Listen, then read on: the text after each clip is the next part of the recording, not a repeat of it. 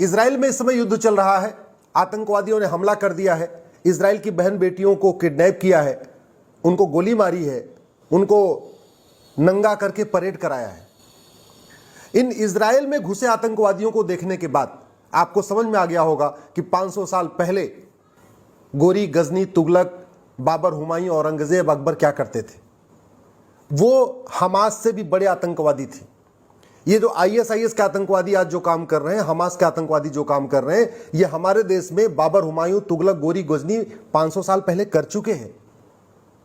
और इजराइल को खतरा केवल विदेशी दुश्मनों से है, विदेशी आक्रांताओं से है, विदेशी आतंकवादियों से है। भारत को तो भारत में बैठे लाखों की संख्या में गद्दारों से खतरा है। भारत को खतरा है माओवादियों से, भारत को खतरा है नक्सलियों से, भारत को खतरा है जिहादियों से, भारत को खतरा है मिशनरियों से, भारत को खतरा है घुसपैठियों से, रोहिंग्या घुसपैठियों से खतरा है, बांग्लादेशी घुसपैठियों से खतरा है। भारत को खतरा है जो भारत की डेमोग्राफी बदल रहे हैं, मजार बना के, दरगाह बना के, पक्का कब्रिस्तान से, उनसे खतरा है। भारत को खतरा है उस विदेशी सोच से जो भारत में तो रहती है, वो रहते भारत में है लेकिन भारत की किताब नहीं पढ़ते, वेद पुराण नहीं पढ़ते, वेद पुराण से नफरत करते हैं, भगवत गीता रामायण से नफरत करते हैं, मंदिर से नफरत करते हैं, भारत की परंपरा से नफरत करते हैं, भारत के त्योहार से नफरत करते हैं। सब रहते भारत में है लेकिन हर भारतीय चीज से नफरत करते हैं। भारत को खतरा उस सोच से है जो विदेशी है, जो भारत में बैठे हुए जिहादी हैं, मजहबी उन्मादी हैं, अलगाववादी हैं, या तथाकथित वो मौलवी हैं, मौलाना हैं। रहते भारत में है, कपड़ा पहनते हैं अरब के स्टाइल में, बोलते हैं अरब के स्टाइल में, नमस्ते करते हैं अरब के स्टाइल में, सोचते हैं अरब के स्टाइल में, और बाकी तो छोड़ो। कहते हैं राम पूजा के लायक नहीं है, कृष्ण पूजा के लायक नहीं है, विष्णु पूजा के लायक नहीं है, शंकर पूजा के लायक नहीं है, गणेश जी पूजा के लायक नहीं है, लक्ष्मी जी पूजा के लायक नहीं है। वो रहते भारत में है, बार बार संविधान की बात भी करते हैं लेकिन महिला पुरुष को एक समान नहीं मानते। उनका ये मानना है महिलाएं तो केवल उपभोग की वस्तु हैं, महिलाएं केवल मौज मस्ती की वस्तु हैं। समाधान क्या है? हमने क्या सीखा इजराइल से? हमने क्या सीखा मुगल के काल में जो कुछ हुआ? हमने क्या सीखा उस जौहर से? कुछ नहीं सीखा। गुलामी का नाम चल रहा है, गुलामी की निशानी चल रही है, गुलामी की परंपरा चल रही है, गुलामी का रीति रिवाज चल रहा है, गुलामी का कानून चल रहा है, गुलामी की शिक्षा व्यवस्था चल रही है, गुलामी की पुलिस व्यवस्था चल रही है, गुलामी की न्यायिक व्यवस्था चल रही है। और जो खतरा आज इजराइल झेल रहा है वो खतरा हमारे सर पे भी मंडरा रहा है, और कई गुना ज्यादा मंडरा रहा है, कई गुना ज्यादा मंडरा रहा है। क्यों? क्योंकि इजराइल को तो केवल विदेशियों से खतरा है, भारत को तो भारत के अंदर के गद्दारों से खतरा है। इन गद्दारों का समाधान करना पड़ेगा। नहीं करेंगे तो आज नहीं तो कल जो फ्रांस ने झेला, जो आज इजराइल झेल रहा है, वो कल भारत झेलेगा। और 75 साल में 9 राज्यों से खत्म हो चुके हैं, 200 जिलों से खत्म हो चुके हैं, 300 तहसीलों से खत्म हो चुके हैं। भारत की डेमोग्राफी पूरी तरीके से बदल चुकी है। 75 साल पहले विभाजन हुआ था, पत्थरबाजी शुरू हो चुकी है। 75 साल पहले विभाजन हुआ था मजहब के आधार पे, और सरतन से जुदा शुरू हो चुका है। 75 साल पहले विभाजन हुआ था, आज की डेट में वक्फ बोर्ड के पास रेलवे और आर्मी के बाद सबसे ज्यादा लैंड बैंक हो चुका है। तो भारत को खतरा जिहादी संगठनों के साथ साथ जिहादी कानूनों से भी है। भारत को खतरा 1954 के उस कानून से है जो भारत की चिकित्सा व्यवस्था को एकदम निस्ताबूद करता है। भारत को खतरा 1985 के उस कानून से है, कांग्रेस ने जो बनाया था, जिसने 60 लाख बांग्लादेशी घुसपैठियों को भारत का नागरिक बना दिया, उसको सेक्शन 6 से कहते हैं। भारत को खतरा 1991 के प्लेस ऑफ वर्शिप एक्ट से है। भारत को खतरा 1992 के माइनॉरिटी कमीशन एक्ट से है। भारत को खतरा 1995 के वक्फ एक्ट से है। भारत को खतरा 2012 के उस राइट टू एजुकेशन एक्ट में जो बदलाव किया गया उससे है, जिसके अंतर्गत कांग्रेस ने मदरसों को राइट टू एजुकेशन के दायरे से बाहर निकाल दिया गया। जो भारत के खतरे हैं ये तू मैं करने से खत्म नहीं होंगे, नूरा कुश्ती करने से खत्म नहीं होंगे।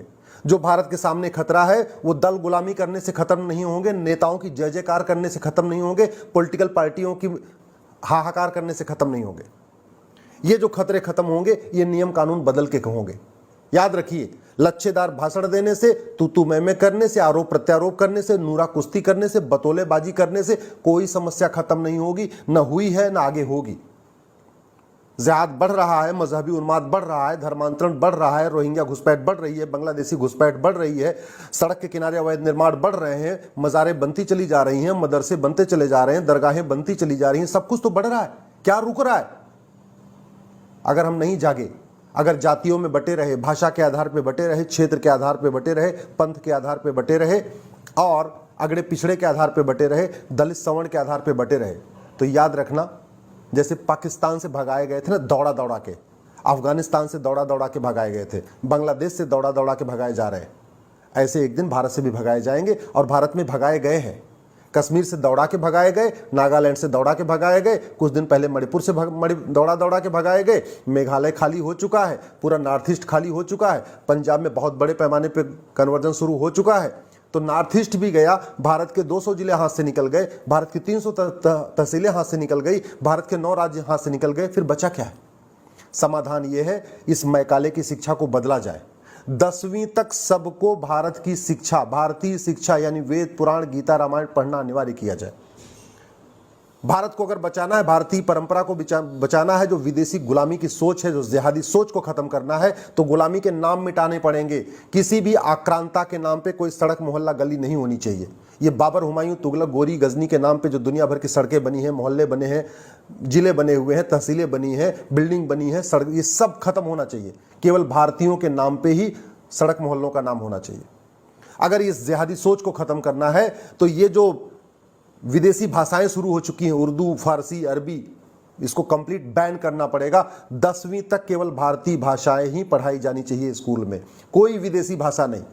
कोई विदेशी भाषा पढ़ना है 10वीं के बाद, 10वीं तक केवल भारतीय भाषा, 10वीं तक केवल भारतीय किताब, 10वीं तक भारतीय ग्रंथ, 10वीं तक भारतीय पंथ, 10वीं तक भारतीय परंपरा, 10वीं तक भारतीय त्योहार। इसको करना पड़ेगा अगर वास्तव में हम भारत को बचाना चाहते हैं। इजराइल जैसे जो खतरा हुआ, इजराइल में हुआ, उससे बचना चाहते हैं, जो फ्रांस में हुआ उससे बचना चाहते हैं। हमें इस पुलिस व्यवस्था, सड़ी हुई पुलिस व्यवस्था को उठा के कूड़े के डब्बे में डालना पड़ेगा। 1861 का कानून बदलना पड़ेगा और तत्काल हमें एक भारतीय पुलिस संहिता लागू करना पड़ेगा। भारत में बहुत बड़े पैमाने पर नेताओं को, अभिनेताओं को, लेखकों को, बुद्धिजीवियों को, कलाकारों को, कवियों को विदेशी फंडिंग होती है देश विरोधी बातें लिखने के लिए। अभी तो चाइनीज पत्रकार पकड़े गए, उन पे इतनी सारी चर्चा हो ही रही है। विदेशी फंडिंग रोकना पड़ेगा। उसका एक ही तरीका है, जो कांग्रेस ने 2010 में FCRA बनाया था, उसको तत्काल खत्म कर दिया जाए। मैं प्रधानमंत्री से निवेदन करता हूं, कुछ NGO का लाइसेंस रद्द करने से, कुछ NGO की लाइसेंस रद्द करने से या NGO की ऑडिट करने से विदेशी फंडिंग नहीं रुकेगी। एक बार आप पहले 2010 का FCRA खत्म कर दीजिए। नहीं चाहिए हमें विदेशी फंडिंग। क्यों चाहिए विदेशी फंडिंग? भारत में इतने सक्षम लोग हैं, हम अपना देश का अपना काम कर लेंगे। काहे लिए विदेशी फंडिंग चाहिए? जो विदेशी फंडिंग लेते हैं ये देश के खिलाफ काम करते हैं।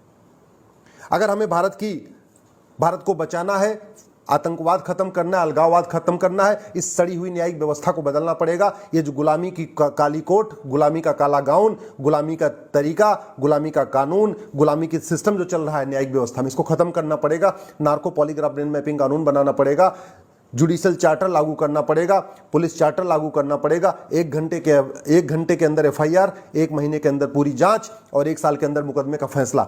इसके लिए कानून बनाना पड़ेगा। पुलिस की अकाउंटेबिलिटी करनी पड़ेगी। अगर कोई सबूत के अभाव में छूटा, अगर तुमने जानबूझ के जांच घटिया किया, पैसा लेके जांच ऐसी कर दिया, जब सबूत के अभाव में छूट गया, पुलिस वाले की नौकरी गई। जज अगर 1 साल के अंदर फैसला नहीं कर रहा है, तारीख पे तारीख दे रहा है पैसा लेके, जज की नौकरी जाए।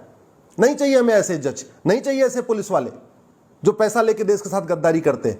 नहीं चाहिए हमें थानेदार, नहीं चाहिए ऐसे हवलदार, नहीं चाहिए ऐसे पेशकार, नहीं चाहिए ऐसे तहसीलदार, नहीं चाहिए ऐसे क्लर्क, नहीं चाहिए ऐसे कलेक्टर जो पैसा लेके घुसपैठियों की मदद करते हैं, जिहादियों की मदद करते हैं, मजहबी उन्मादियों की मदद करते हैं, चरमपंथियों की मदद करते हैं, नेता ऐसे गद्दार नेताओं की मदद करते हैं, गद्दार जो है लेखकों, बुद्धिजीवियों की मदद करते हैं। नहीं चाहिए ऐसे हमें। अगर भारत को बचाना है, हमें तत्काल टैक्स सिस्टम ठीक करना पड़ेगा। जो यहाँ पे काला धन जनरेट हो रहा है, बेनामी संपत्ति का पूरा लेन देन खेल चल रहा है, इसको रोकना पड़ेगा। उसका एक ही तरीका है, 100 रुपए से बड़ी नोट बंद किया जाए, 5000 रुपए से महंगे सामान का कैश लेन देन बंद किया जाए, प्रॉपर्टी को आधार से लिंक किया जाए, भारत में 1 नेशन 1 टैक्स लागू किया जाए। GST खत्म, इनकम टैक्स खत्म, वैट खत्म, TDS खत्म, केवल बैंकिंग ट्रांजेक्शन टैक्स। यही तरीका है। नहीं तो जो आज इजराइल झेल रहा है, कल इसको हमें भी झेलना पड़ेगा। जो आज फ्रांस झेल रहा है, हमें झेलना पड़ेगा। जो आज जिस तरीके से यूरोप अशांत है, जिस तरीके से पूरा फ्रांस अशांत है, अब तो जर्मनी की भी डेमोग्राफी अशांत है, ये हमको भी झेलना पड़ेगा। इसलिए मैं आशा करता हूं प्रधानमंत्री इस पे ध्यान देंगे। और आप सबसे निवेदन है